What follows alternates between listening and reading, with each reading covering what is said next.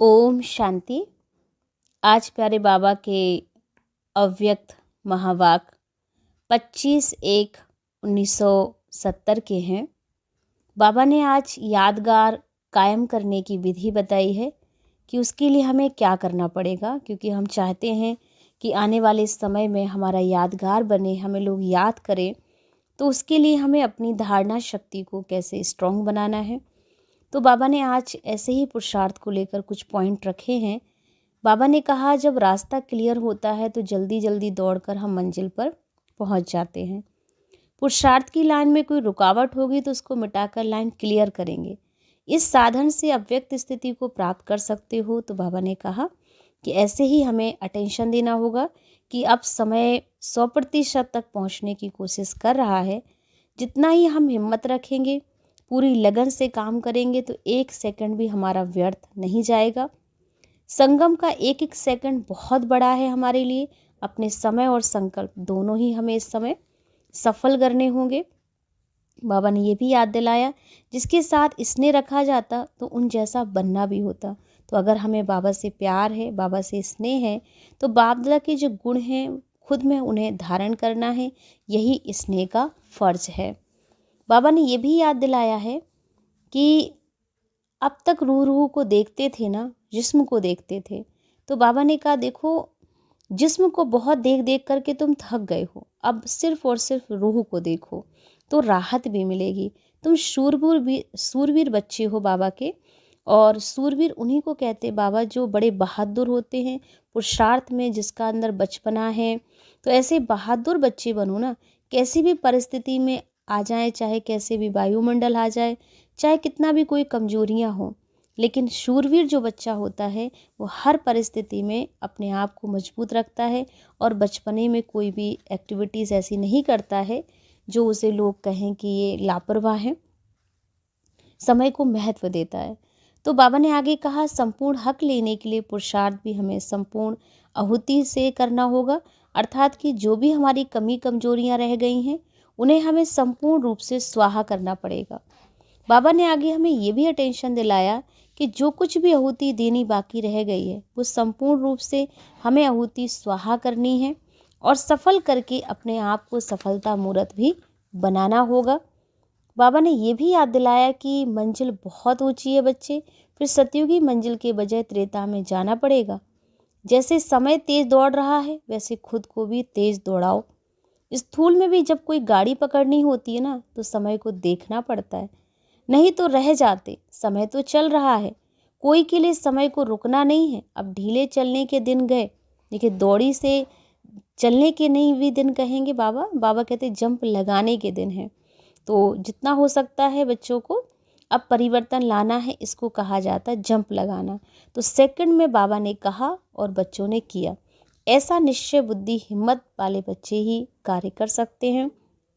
बाबा ने ये भी अटेंशन दिलाया, ऐसा तीव्र पुरुषार्थी स्टूडेंट हमें बनना है कि कैसी भी परिस्थिति आए, चाहे कैसा भी समय हो, लेकिन समय का भी सहयोग है, परिस्थितियों का भी सहयोग है और परिस्थितियां भी हमें दिखला रही हैं पुरुषार्थ कैसा करना चाहिए। पर हर एक चीज़ से हमें सीखना है और सीख करके आगे बढ़ते जाना है। बाबा ने ये भी अटेंशन दिलाया है कि अगर बीज पावरफुल है, बाकी पालना करना, देखभाल करना आपका काम है। बाबा सर्वशक्तिमान है तो बच्चों के संकल्पों को रोकने की भी शक्ति नहीं है। बाबा सृष्टि को बदलता तो बच्चों को भी अपने को बदलना चाहिए। यही सोचो कि क्या हम नहीं बदल सकते। जब भगवान हमें बदलने आया है तो भगवान की बात नहीं मानेंगे तो किसकी मानेंगे। तो अपने ऊपर खुद ही हमें शर्म आएगी। अपनी चलन को हमें परिवर्तन करना होगा। वाणी में इतनी समझदारी शक्ति भरनी पड़ेगी जो हम जो बोले वो लोगों को सुखदायी हो। बाबा ने ये भी अटेंशन दिलाया कि नियमित सेवा केंद्र हैं, चाहे कितने भी स्थान हो, लेकिन मुख्य हमारा माउंट आबू मुख्य केंद्र है और वहाँ पर ही हमारा पूरा एक संबंध होना चाहिए। हमारा एक से संबंध रखोगे तो बुद्धि कभी भटकेगी नहीं, और अगर अनेकों से बुद्धि लगाओगे तो भटकना तो निश्चित है। बाबा ने ये भी कहा कि बच्चे विदाई देने आते हैं ना बाबा, तो हार खिलाना नहीं है, छुट्टी लेने आए हो। अगर घबराहट आई तो कमजोरी कही जाएगी। इसलिए कोई भी बातें हैं, माया से हार नहीं खाना है, हमें उसका सामना करना है। बाबा ने ये भी अटेंशन दिलाया है कि पहले से ही सावधान रहो, अपने होश को गवाओ नहीं। जैसे संजीवनी बूटी को सदैव साथ रखा जाता है, वैसे ही बच्चों को भी माया के अनेक रूपों से सावधान रहना होगा और ज्ञान योग की संजीवनी बूटी सूंघते रहना होगा। बाबा ने ये भी हमें याद दिलाया, सदैव यही मंत्र याद रखना कि हम अभी नहीं तो कभी नहीं, जो करना है अभी करना है।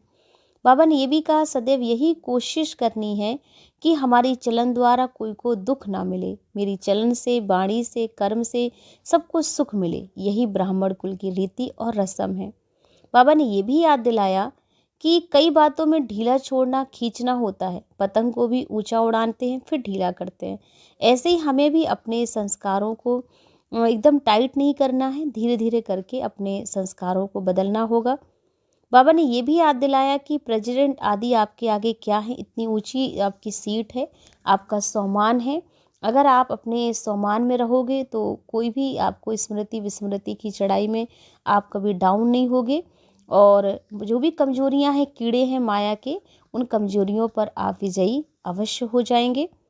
बाबा ने ये भी लास्ट में हमें याद दिलाया कि बच्चे, समय की सीटी जो है बच चुकी है और पहली सीटी बच चुकी है, दूसरी भी बच गई है। और पहली सीटी थी साकार माँ बाप की, दूसरी बच गई साकार रूप की। अब तीसरी सीटी बजनी है और 2 सीटी होती हैं तैयार करने की और तीसरी होती है सवार हो जाने की। तो 2 घंटी इतवार माने हमें इतलाव कर दिया है उन्होंने, हमें सावधान कर दिया है। तो तीसरा इतलाव नहीं होगा, तीसरा होगा सवार हो जाना। तो तीसरे में जो रह जाएगा वो पश्चाताप करेगा। इसलिए जो भी कुछ समेटना है, तैयारी करनी है, जो भी पेटी है, बिस्तरा है, वो सब व्यर्थ संकल्प रूपी, उन सब से अपने आप को, समस्याओं से पेटी को एकदम बंद करो और अपने आप को मजबूत बना करके तैयारी पर फोकस करो। बाबा ने ये भी लास्ट में कहा, रात को चार्ट चेक करो अपना। सारा दिन ऐसे बीत जाना चाहिए कि लेकिन हर कर्म हर घंटे में चेकिंग जरूर करो। ये नहीं कि हमने तो रात में ही चेक करना है, हमें बीच बीच में भी अटेंशन देकर अपने आप को चेकिंग करनी है कि कोई भी कमी कमजोरी रह ना जाए। तो घंटे घंटे पे अपनी चेकिंग अवश्य करेंगे। अब सुनेंगे विस्तार से बाबा के महावाक्य। बाबा ने आज कहा, अव्यक्त स्थिति ही मुख्य सब्जेक्ट है। व्यक्ति में रहते, कर्म करते भी अव्यक्त स्थिति रहे, इस सब्जेक्ट में ही पास होना होगा। अपनी बुद्धि की लाइन को क्लियर रखना होगा। जब रास्ता क्लियर होता है तो जल्दी जल्दी दौड़कर हम मंजिल पर पहुंचना हो जाता। पुरुषार्थ की लाइन में कोई रुकावट हो तो उसको मिटाकर क्लियर करना है लाइन को। इस साधन से ही अव्यक्त स्थिति की प्राप्ति होती है। मधुबन में आकर कोई ना कोई विशेष गुण सभी को देना यही यादगार है। वह तो हो गया जड़ यादगार, लेकिन यह अपने गुण की यादगार दिलाना है। चेतन यादगार है जो सदैव याद रहते हैं। तो कभी कहीं पर जाओ ना तो यही लक्ष्य रखना कि जहाँ जाएं वहाँ यादगार कायम करेंगे। यहाँ से विशेष स्नेह अपने में भर के जाएंगे तो स्नेह का पत्थर भी पानी कर देगा। ये आत्मिक स्नेह की सौगात साथ ले जाना। कैसी भी बातें हों पर ये सौगात बाबा ने कहा अपने से हमें नहीं छोड़ना है, जिससे किसी पर भी विजय हो सकती है। अगर हम ये सौगात अपने साथ रखेंगे तो हम विजय प्राप्त कर सकते। समय ज़्यादा समझते हो ना तो कम हो जाता है। तो अब समय, बाबा ने कहा, कम समय में 100% तक पहुंचने की कोशिश करनी होगी सभी बच्चों को। जितनी ही भी अपनी हिम्मत है ना वह पूरी लगानी होगी। 1 सेकंड भी बच्चों का व्यर्थ ना जाए, इतना ध्यान रखना होगा। संगम का 1 सेकंड कितना बड़ा है, अपने समय और संकल्प दोनों को सफल करना है। जो कार्य बड़े ना कर सके वह छोटे कर सकते हैं।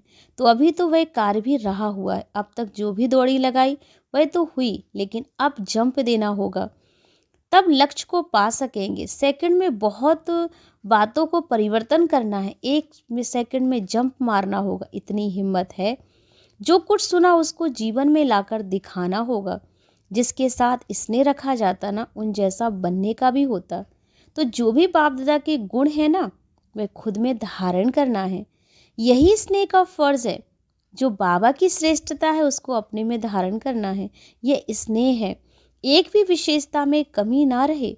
जब सर्वगुण अपने में धारण करेंगे तब भविष्य में सर्वगुण संपन्न देवता बनेंगे। यही लक्ष्य रखना कि सर्वगुण संपन्न बने। बाबा के गुण सामने अपने को चेक करो, कहाँ तक है। कम परसेंटेज भी ना हो, परसेंटेज भी संपूर्ण हो, तब वहाँ पर संबंध भी नज़दीक आ सकोगे। अब रूह को ही देखना है। जिस्म को बहुत देख देख करके थक गए हो, इसलिए अब रूह को ही देखो। जिस्म को देखने से क्या मिला, दुखी बने ना। अब रूह को देखना तो राहत भी मिलेगी। शूरवीर होना, और शूरवीर की निशानी क्या होती है? अनेकों को भी बात में, बाबा ने कहा अनेकों को कोई भी बात में पार करना मुश्किल नहीं होगा। माने जो शूरवीर बच्चा होगा उनको कोई भी परिस्थिति को पार करना मुश्किल नहीं होगा, और समय भी नहीं लगता। उनका समय सिवाय सर्विस के अपने विघ्नों आदि को हटाने में नहीं जाता। इसको कहा जाता शूरवीर। तो अपना समय अपने विघ्नों में नहीं लेकिन सर्विस में लगाना चाहिए। अब तो समय बहुत आगे बढ़ गया, इस हिसाब से अब तक वह बातें बचपन की रहीं। छोटे बच्चे नाजुक होते हैं, बड़े बहादुर होते हैं। तो पुरुषार्थ में बचपना ना हो, ऐसा बहादुर होना चाहिए। कैसी भी परिस्थिति हो, क्या भी हो, वायुमंडल कैसा भी हो, लेकिन कमज़ोर नहीं बनेंगे हम। खुद से हम ये वादा करें, कैसे भी विघ्न हो, परिस्थितियाँ आए, पर हम कभी भी कमज़ोर नहीं पड़ेंगे। इसको शूरवीर कहा जाता। शारीरिक कमजोरी होती ना तो असर हो जाता मौसम, वायु आदि का। तंदुरुस्त को असर नहीं होता, तो यह भी वायुमंडल का असर नाजुक होता है। वायुमंडल रचेता नहीं है, वह तो रचना है। और रचेता ऊंचा ना रचना। बाबा ने कहा रचेता ऊंचा पर रचना ऊंची। रचेता तो फिर भी रचेता रचना के अधीन ही क्यों होगा। अब शूरवीर बनने का अपना स्मृति दिवस याद रखना, ये स्मृति भूलना नहीं। ऐसा नक्शा बनाकर जाओ। आपके नक्शे में बाबा को देखें ना सभी। अपने को संपूर्णता का नक्शा दिखाना होगा। हिम्मत है तो मदद भी जरूर बच्चों को मिलेगी।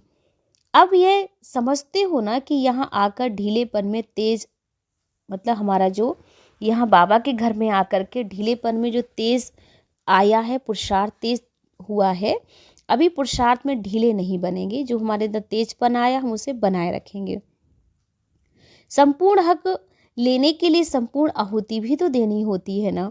कोई भी यज्ञ रचा जाता है तो वह संपूर्ण सफल कैसे होता, जबकि आहुति डाली जाती। अगर आहुति कम होगी तो यज्ञ सफल नहीं हो सकता। यहाँ भी हर एक को यह देखना होगा, आहुति डाली है, जरा भी आहुति की कमी रह गई ना तो संपूर्ण सफलता नहीं होगी। जितना और इतना का हिसाब होता है ना, हिसाब में धर्मराज भी है, उनसे कोई भी हिसाब रह नहीं सकता। इसलिए जो भी कुछ भी आहुति देना वह संपूर्ण दे देना, और फिर संपूर्ण लेना। देने में संपूर्णता नहीं तो लेने में भी नहीं होगी। जितना देंगे उतना लेंगे। जब मालूम भी पड़ गया कि सफलता किसमें है, फिर सफल ना करेंगे तो क्या होगा, कमी रह जाएगी ना। इसलिए सदैव ध्यान रखो कि कहाँ कुछ भी रह तो नहीं गया। मनसा में हो, चाहे बाबा ने कहा वाचा में हो या कर्म में हो, कहाँ भी कुछ भी रहना नहीं चाहिए।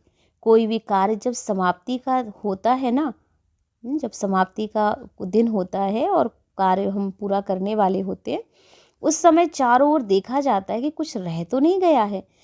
तो बाबा ने कहा वैसे अभी समाप्ति का समय आ गया। अगर कुछ रह गया हो ना तो वह रह जाएगा ना, फिर स्वीकार नहीं कर सकते हो। इसलिए बाबा ने कहा अभी से ही ये चेक कर लो कि कोई भी चीज़ हमारी रह ना जाए। फिर बाबा ने कहा स्वीकार नहीं हो सकता, इसको संपूर्ण आहुति भी नहीं कहा जाएगा। इसलिए इतना ध्यान रखना कि अभी कमी रखने का समय बीत चुका है। अब समय बहुत तेज जा रहा है। अगर समय तेज चला गया और खुद ढीले रह गए तो फिर क्या होगा, मंजिल पर पहुंच सकोगे? फिर सत्युग की मंजिल के बजाय त्रेता में जाना पड़ेगा।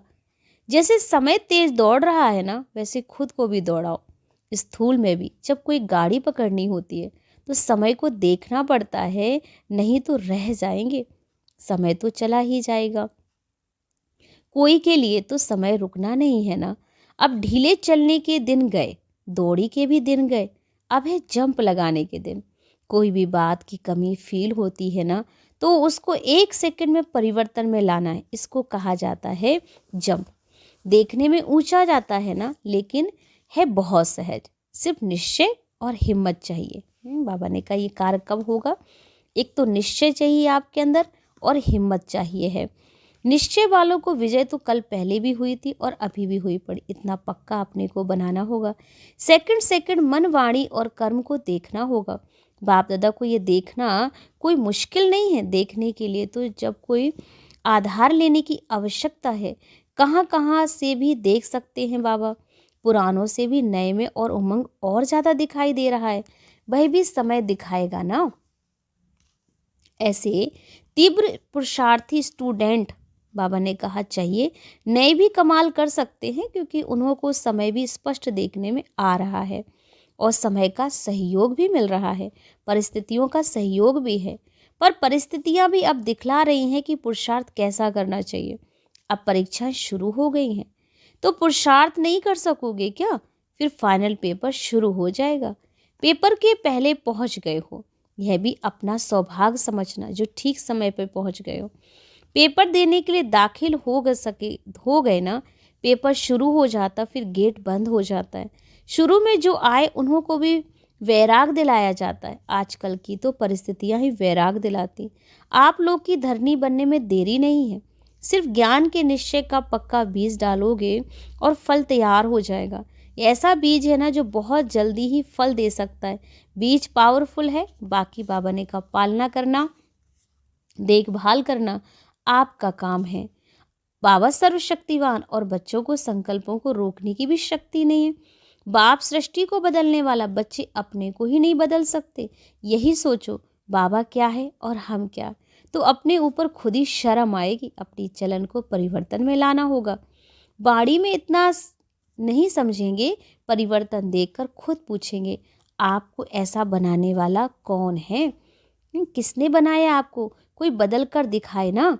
बाबा ने कहा ऐसा आप बनाओ अपने आप को कि कोई बदल कर दिखाता है तो ना चाहते भी उनसे पूछते क्या हुआ, कैसे किया, तो यह भी चलन को देखकर खुद आपकी ओर खींचेंगे लोग।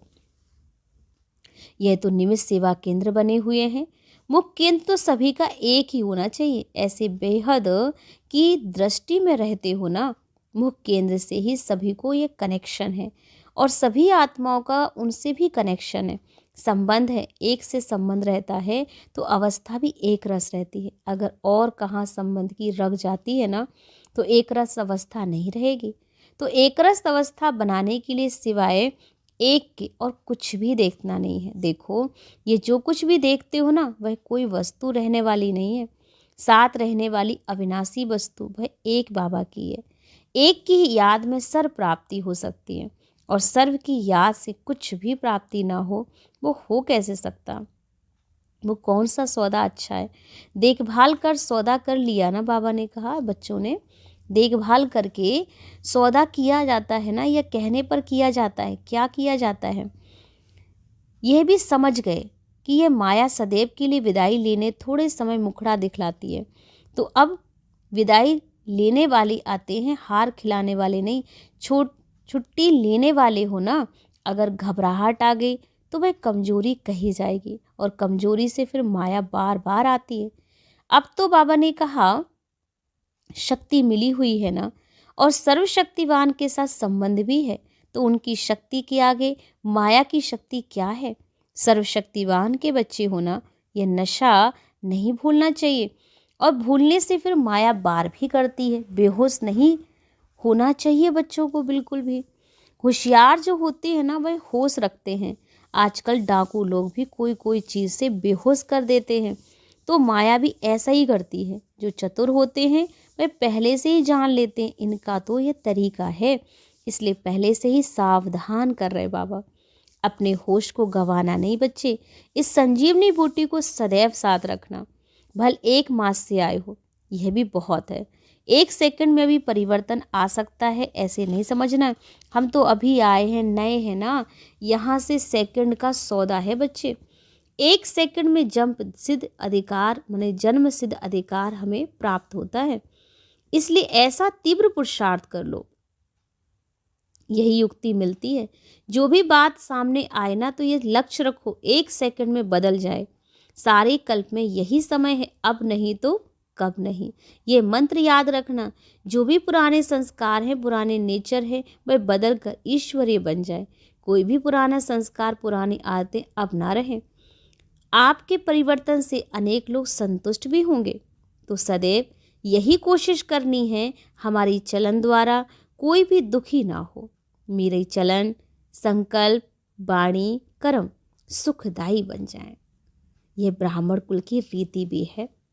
जो दूर से कोई समझ जाए कि हम लोगों से ना ये लोग तो कुछ न्यारे ही हैं, माने उन्हें ये लोगों को अनुभव हो, ये न्यारे और प्यारे रहते हैं लोग, यही पुरुषार्थ है आपका। औरों को भी ऐसे ही बनाओ, बनना भी है, बनाना भी है। यही लक्ष्य रखना। जो जितना बनता है ना बाबा ने कहा, उतना ही बनाता भी है। अपने जीवन में अलौकिकता भासनी है, अपने को देखना चाहिए ना। लोगों से न्यारा अपने को समझते हो। अगर याद भूल जाती है ना तो बुद्धि कहाँ रहेगी। सिर्फ एक तरफ से भूलते हो तो दूसरी तरफ चली जाएगी। ये अपने को चेक करो कि अव्यक्त स्थिति से नीचे आते हो तो किस व्यक्त तरफ बुद्धि तो नहीं जाती। जरूरत कहाँ रहती है तब बुद्धि कहाँ जाती। कई बातें ऐसी होती हैं जिनको खींचने से खींचा जाता है, कई बातों में ढीला छोड़ना भी होता है। पतंग को ऊंचा भी उड़ाने के लिए ढीला भी छोड़ना पड़ेगा, देखा जाता है। इस रीति नहीं खींचेंगे तो फिर ढीला छोड़ना चाहिए, जिससे वह स्वयं ही खिंच जाएगा। विघ्नों को मिटाने की युक्ति अगर सदैव याद रहे ना तो पुरुषार्थ में ढीले नहीं होंगे। युक्तियां भूल जाते, पुरुषार्थ भी ढीला हो जाता है। तो एक बात बाबा ने कहा, याद रखना कि कितनी भी युक्तियां मिली, प्राप्ति कितनी बड़ी है और रास्ता कितना बड़ा सरल है। तो अनेक जन्म पुरुषार्थ करने में कोई भी कमी ना रह जाए। वह एक जन्म के कुछ भी घड़ियों में प्राप्त कर रहे हो, इतना नशा है। इच्छा मात्रम अविद्या। ऐसी अवस्था बाबा ने कहा प्राप्त करने का तरीका है। ऐसी ऊंची मंजिल और कोई इतना महीन बुद्धि नहीं बता सकता। जीवन में इतना ऊंचा लक्ष्य कोई रख नहीं सकता कि मैं देवता बन सकता हूँ। ये कब सोचा था कि हम ही देवता थे। सोचा क्या था और क्या बन गए। बिन मांगे अमूल्य रतन मिल गए ना। ऐसे पद्मा पदम भाग्यशाली अपने को समझते हो। प्रेसिडेंट आदि भी आपके आगे क्या है। इतनी ऊंची आपकी दृष्टि, इतना ऊंचा सोमान याद रहता है ना कि अब भूल जाते हो। स्मृति और विस्मृति की चढ़ाई चढ़ते रहते हो ना। गंदगी से तो मच्छर आदि ही प्रकट होंगे, इसलिए उनको हटाना होता है। वैसे ही अपनी कमजोरी से माया के कीड़े जो पकड़ लेते हैं ना, कमजोरी को आने ना दो, माया आएगी ही नहीं। सदैव याद रखना कि सर्वशक्तिवान के साथ हमारा संबंध है, फिर कमजोरी क्यों। सर्वशक्तिवान के बच्चे होते भी माया की शक्ति को खलास नहीं कर सकते।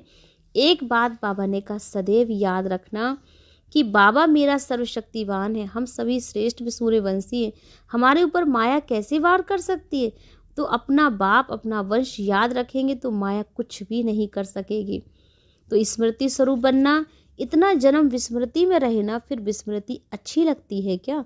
63 जन्म विस्मृति में धोखा ही खाया है। बाबा कहते हैं अब एक जन्म के लिए धोखे से बचना है, मुश्किल लगता है क्या। अगर बार बार कमज़ोर बनते, चेकिंग नहीं रखते तो फिर उनकी नेचर कमज़ोर बन जाती। अवस्था चेक कर अपने को ताकतवर बनाना चाहिए। कमजोरी को बदलकर शक्ति लानी चाहिए।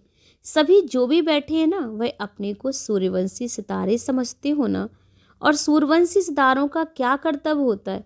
सूर्यवंशी सितारा माया के अधीन हो कैसे सकता है। तो सभी मायाजीत बने हैं व बनना है। तो मायाजीत का टाइटल अपने ऊपर धारण करना। युगल भी एक ही कहते हैं, मायाजीत बन रहे हैं और कहते हैं ना कि बन गए हैं। एक ही पढ़ाई, एक ही पढ़ाने वाला, फिर भी कोई विजयी बन गए, कोई बन भी नहीं पाए। बाबा ने कहा यह फर्क क्यों। अगर अब तक भी त्रुटियां रहेंगी तो त्रुटियां वाले त्रेता युग के बन जाएंगे और जो पुरुषार्थी सतयुग के बनेंगे। पहले से पूरा अभ्यास होगा ना, तो बाबा ने कहा मदद भी देगा। अगर ऐसा ही अभ्यास रहा तो कभी विस्मृति कभी स्मृति, तो अंत समय में विस्मृति हो जाएगी। जो बहुत बाबा ने कहा कि अभ्यासी होंगे समय के संस्कार होंगे वही अंत में स्थिति में काम आएंगे। लौकिक रीति से जब कोई शरीर छोड़ता ना, अगर कोई संस्कार दृढ़ होता है खान पान का, पहनने आदि का, तो पिछाड़ी समय वह संस्कार सामने आता। इसलिए अभी से लेकर सदैव स्मृति के संस्कार भर लो, तो अंत में यही मददगार बन जाएंगे विजयी बनने में। स्टूडेंट बहुत समय से पढ़ाई ठीक नहीं पढ़ते हैं ना, तो पेपर ठीक नहीं दे सकते। बहुत समय का अभ्यास चाहिए क्लियर। इसीलिए अब ये विस्मृति अथवा हार खाने के संस्कार जो भी हैं, बाबा ने कहा अब इनसे अपनी विदाई ले लो, क्योंकि ये हार खाते रहोगे तो ये संस्कार आपको अपने आप में हार दिलाते भी रहेंगे और हार पहनने योग बनने नहीं देंगे। तो अब ये समय गया, क्योंकि साकार रूप में संपूर्णता का सबूत देखा। साकार संपूर्णता को प्राप्त कर चुके हैं, फिर आप कब करेंगे? समय की घंटी बज चुकी है। फिर घंटी बजने के बाद अगर पुरुषार्थ करेंगे तो क्या होगा? बन सकेंगे? पहली सीटी बज चुकी है, दूसरी भी बज गई है। तो बाबा ने कहा सीटी भी साकार में भी माँ की और दूसरी बजी साकार में, माने माँ बाप जो हमारे ब्रह्मा बाबा, दूसरी बजी साकार रूप की। तो अब तीसरी सीटी बजनी है। बाबा ने कहा ये भी समय दूर नहीं है। तो सवार होने वाली 2 घंटी जो इतलाव हमने कर दिया उन्होंने, और तीसरी इतलाव नहीं होगी। तीसरी होती है सवार हो जाने की, और तीसरी में जो रह गया सो रह गया। इतना थोड़ा समय है, फिर क्या करना चाहिए बच्चों को? अगर तीसरी सीटी पर संस्कारों को समेटना शुरू करेंगे ना, तो फिर रह जाएंगे। सुनाया था ना कि पेटी बिस्तरा कौन सा रखना है, व्यर्थ संकल्प रूपी बिस्तरा, अनेक समस्याओं की पेटी दोनों ही बंद करनी है। जब दोनों समेट कर तैयार होंगे ना, तब घर जा सकेंगे। अगर कुछ रह गया तो बुद्धियोग जरूर उस तरफ जाएगा, फिर सवार नहीं हो सकोगे, अर्थात विजयी नहीं बन सकोगे। तो इसे क्या करना चाहिए, कब और कैसे? तो कब शब्द को निकाल दो, अब शब्द को धारण कर लो। जो भी करना है बाबा ने कहा कि ये नहीं कि करेंगे, लेकिन हमें अभी करना है। कब कब करने लगे तो क्या करोगे? धीरे धीरे करेंगे ना, ऐसे सोचने वाले दूर रह जाएंगे। ऐसा समय अब पहुंच गया, इसलिए बाप रस सुना देते हैं। फिर कोई उल्हाना ना दे, समय का भी आधार रखना। अगर समय के आधार पर ठहरे तो प्राप्ति भी कुछ नहीं होगी। तो समय से पहले ही बदलने में से अपने किए हुए फल मिलेंगे। जो करेगा वह पाएगा। तो समय प्रमाण क्या किया, वह तो समय की कमाल है, अपनी मेहनत करनी होगी। बाबा का बच्चों से स्नेह बहुत होता है, तो स्नेह की निशानी संपूर्ण बन जाओ और चलने की तैयारी करो, लेकिन स्पीड को देखना है। अभी संपूर्णता का लक्ष्य रखो, तब संपूर्ण राज में आएंगे। कोई कमी रह गई तो संपूर्ण राज नहीं पा सकेंगे। जितनी ज़्यादा प्रजा बनाएंगे उतने नज़दीक में आएंगे, दूर वाले दूर ही देखने में आएंगे, नज़दीक वाले कार में साथ रहेंगे। तो नंबर 1 शक्तियाँ हैं, वह पांडव हैं। दूसरे को आगे बढ़ाना, यह भी खुद आगे बढ़ना। आगे बढ़ने वाले ही आगे नाम वाला करेंगे। बीच बीच में चेकिंग भी करनी चाहिए। हर कार्य करने के पहले अपने बात चेकिंग करो। जब कार्य शुरू करते हो ना, तो देखो उसी स्थिति में रहकर कार्य शुरू करते, फिर बीच में चेकिंग भी करते रहो। कितना समय याद रही कार्य, शुरू में चेकिंग करने से वह कार्य भी सफल होगा और स्थिति भी एक रस रहेगी। सिर्फ रात को चार्ट नहीं चेक करो, सारा दिन भी बाबा ने कहा बीच बीच में चार्ट चेक करो। हर कर्म घंटे में चेकिंग करो। अभ्यास पड़ जाता है ना, तो फिर वह अभ्यासी अविनाशी हो जाएंगे। हिम्मत रखने से फिर सहज भी हो जाएगा। मुश्किल सोचेंगे तो मुश्किल फील होगा। अपने पुरुषार्थ को कब तेज करेंगे, कब समय को कम करेंगे, ये सारे कल्प की तकदीर बन रही है। तो घड़ी तैयार हो रही है, ऐसे ध्यान देकर चलो। सारे कल्प की तकदीर बनने का समय अब आ गया है। इस समय को अमूल्य समझकर प्रयोग करो, तब संपूर्ण बनेंगे। 1 सेकंड में पदमों की कमाई हम जमा कर सकते हैं। 1 सेकंड गवाया माने पदम गवा दिया। अटेंशन इतना रखो, विजयी बनेंगे, सेकंड भी व्यर्थ नहीं गवाएंगे। संगम का 1 सेकंड भी बहुत बड़ा, 1 सेकंड ही क्या बन सकते हो, इतनी हिसाब रखो। मेरा 1 सेकंड गया माने 1 सेकंड नहीं, बहुत बड़ा समय चला गया। तो हमें 1 भी सेकंड अपना व्यर्थ नहीं गंवाना है और समय को सफल करके सफलता मूर्त बनकर दिखाना है। ये है बाबा के आज के अव्यक्त महावाक्य, जिसमें बाबा ने हमें बहुत सारी बातों पर अटेंशन दिलाया है कि हमें पुरुषार्थ को जल्दी से जल्दी तीव्र करना है और अपना यादगार कायम करने की विधि को अपनाना होगा। ओम शांति।